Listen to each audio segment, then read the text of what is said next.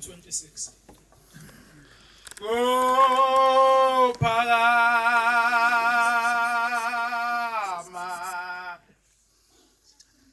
Oh, Sabela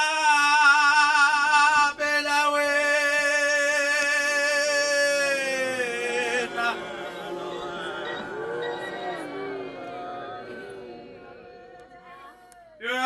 Yamgela.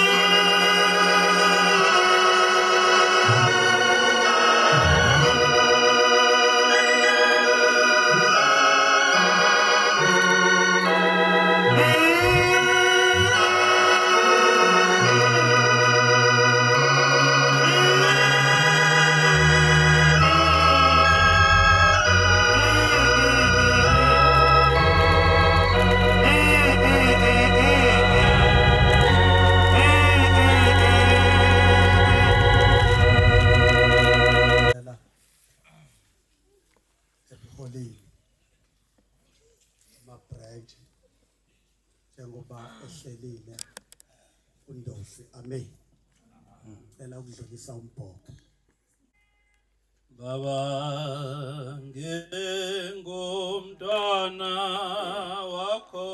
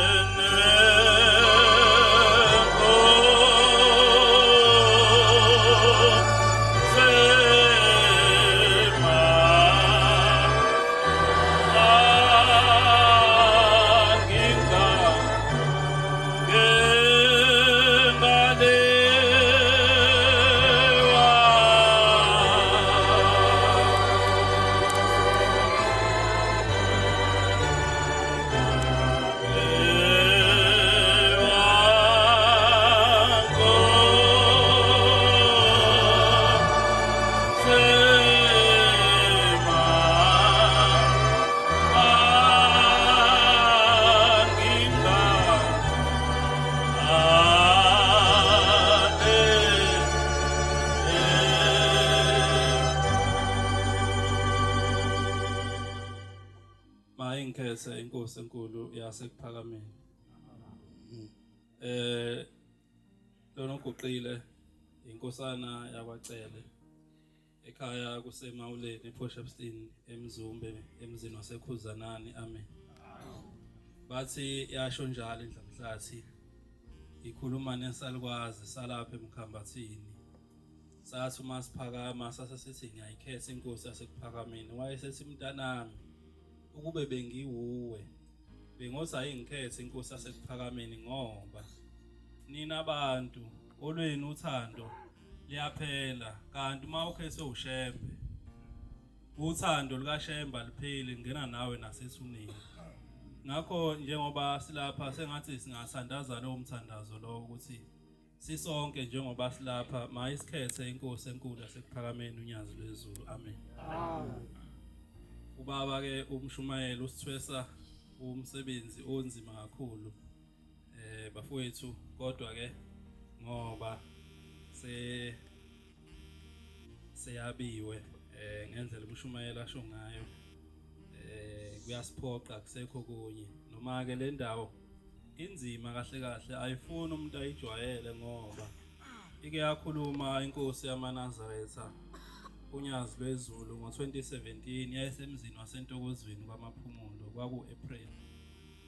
Ithi uma sesiphakathi kwalamatshe amhlophe nisuke seningcwele.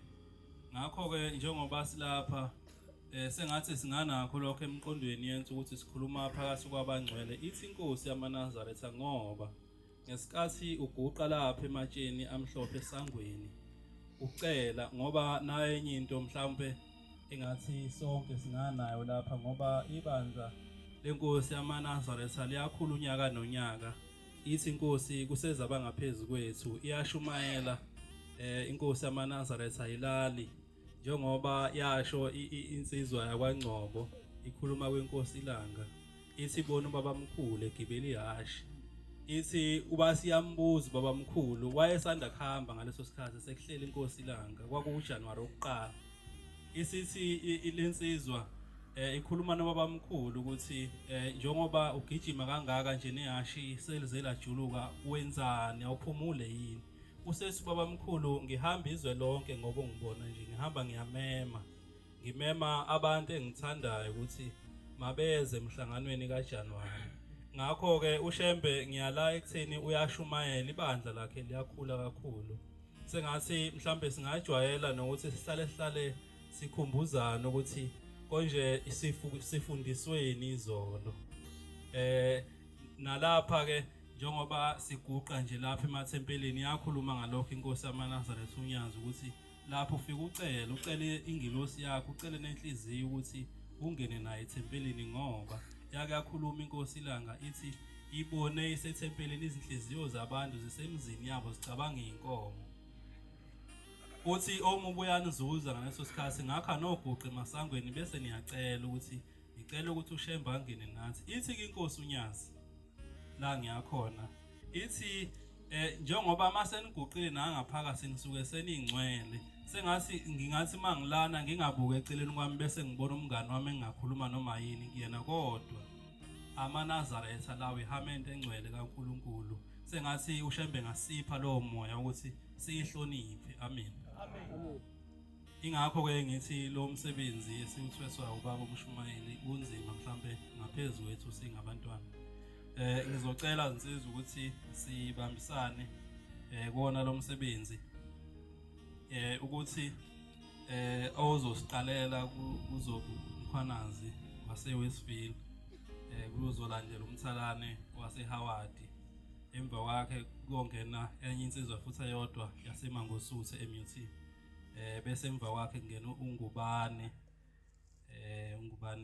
nange wase-DUT PMB noMathunjwa uyobe segcineni ke usihlalo wase-DUT usendleleni ube neyinkinga kodwa baseza abanye cishe mhlambe ukuthi kufike isikhathi sokuthi siphethe bobe sebefikile mhlawumbe ngakwe lethi site bengizwe kuba uMshumayeli zikhona nobuholi benabasho nabo lapho ngizocela ukuthi